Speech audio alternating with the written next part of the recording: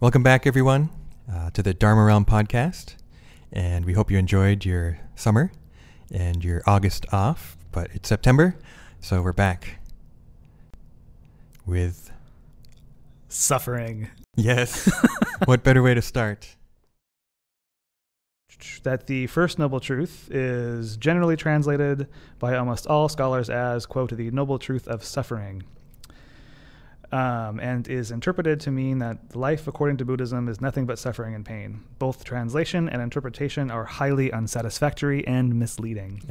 It is because of this limited, free and easy translation and its superficial interpretation that many people have been misled into regarding Buddhism as pessimistic.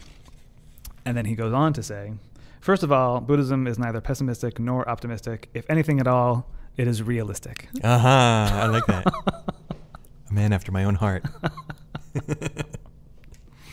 So that's a good point. First of all, that suffering, the truth of suffering, is in the Four Noble Truths. Mm-hmm. It's the first of the Four Noble Truths. And as such, it's often the first thing that people hear about Buddhism. Sure. Right? What is Buddhism? And you say, oh, well, there's a Four Noble Truths, and the first one is life is suffering. And they hear that, and they're like, well, I don't want to have anything to do with that. Yeah. Right? So often... Which was exactly my opposite reaction. Oh, really? That's what drew you in? Oh, yeah. But only because I first came across Buddhism when I was an angry young teenager. Oh. And, someone said that the Buddha said life is suffering, and I was like, oh, well, obviously. Well, that's a good point, too, that, it's often, I think, we think, well, people want to hear about Buddhism in this way, and we got to be careful not to trust our own opinions about what we think people want to hear either. So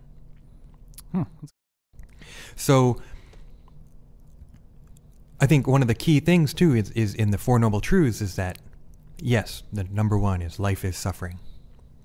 But if you stop there, it's totally pessimistic. Right. But Buddhism teaches us, well, why is life suffering? The second noble truth, the cause of suffering. Mm-hmm. And then the third noble truth, the cure, right? What to do. And so the second one would be, well, suffering is caused. My impression is that the classical formulation is suffering is caused by desire, right, or attachment or blind desire. But I've also seen it given as suffering is caused by ignorance, which I haven't seen that in like an actual text from, the first sermon of the Buddha, but right. We can get there. We'll get into that later too. Yeah, I have some stuff about that. Okay. And then the third one is the key, maybe, that by removing desire or by removing the cause of suffering, one can remove suffering. Yes. So that to me is interesting, because then it's saying, yes, normal, ignorant life, unawakened life is suffering or dissatisfactory. But that can change. There is a way to turn that around so that you aren't living this life merely suffering or merely living this life of dissatisfaction. Yeah. And then the fourth noble truth is follow the Eightfold Path, right, or follow the path. So. Uh-oh. Go for it. Well, I guess that for me that brings up the question of, well, the third noble truth is the solution to suffering, which is nirvana. Right? That's the third noble truth, is that you can overcome suffering and attain this other state of existence, for lack of a whole sermon on what nirvana means. But it seems to me, again, going back to things we've talked about in previous episodes of our little podcast, is, if the solution to a life without suffering is nirvana, how realistic of a goal is that? Right? I mean, who here has attained nirvana? Right. Really just the Buddhas. So to me, the third noble truth brings up a whole host of very complicated questions about the nature of enlightenment and the nature of human unenlightened life. Right? Interesting. Does that... Because really, I mean, if the solution to, if the only way to get rid of suffering is to become fully enlightened, well, wow. Right, and to cut off desire. Yeah. Right. Yeah. Cut off ignorance. Right. Well, remember too, this is from the first sermon of the Buddha. He's attained an awakening. He's stood up from the seat and gone off to teach. The first person he encounters asks him, "Wow, what's up with you? You seem to have gotten somewhere." Something happened. And the Buddha gives this whole thing of, "I am the best and I've attained the highest enlightenment, blah, blah, blah." And the guy says, that could be true, and leaves. That's actually the first person that the Buddha encounters. I love that and story. And then he goes and he meets the people he was, his fellow ascetic practicers that he left. Right. And at first they're kind of standoffish because they're like, there's this that guy wimp. left. Yeah, he broke the rules and he couldn't hack it. But then they're kind of like, yeah, but he looks pretty special. Let's go wash his feet. And so they go through the whole thing. And then he teaches them, he preaches the middle way, right, which is his Four Noble Truths.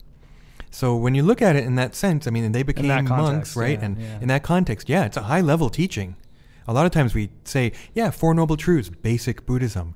But in a way, it's like, it's up there. It's like, right. There's no, it's middle way, but it's pretty intense, huh? Oh, yeah. It's the way to emancipation. Right. Right. And that's kind of what I'm getting at. It's like, well, this is serious stuff. This is really serious stuff. If you really follow the Four Noble Truths to the letter and just ignored everything else in Buddhism, that's still pretty transformative, powerful teachings. That your life is fundamentally dissatisfying. Here's the reason why, and here's what you can do about it. Oh, and what you can do about it is totally radically changing your life and your perspective on everything. Have fun. Yeah. So I mean, I think it's important stuff. Yeah.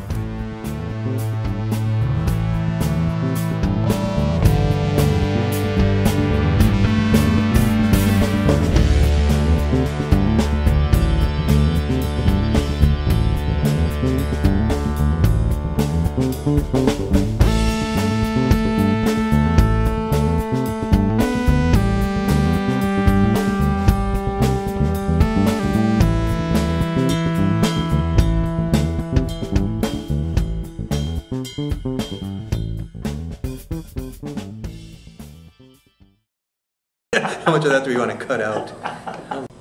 That's good television. Yeah.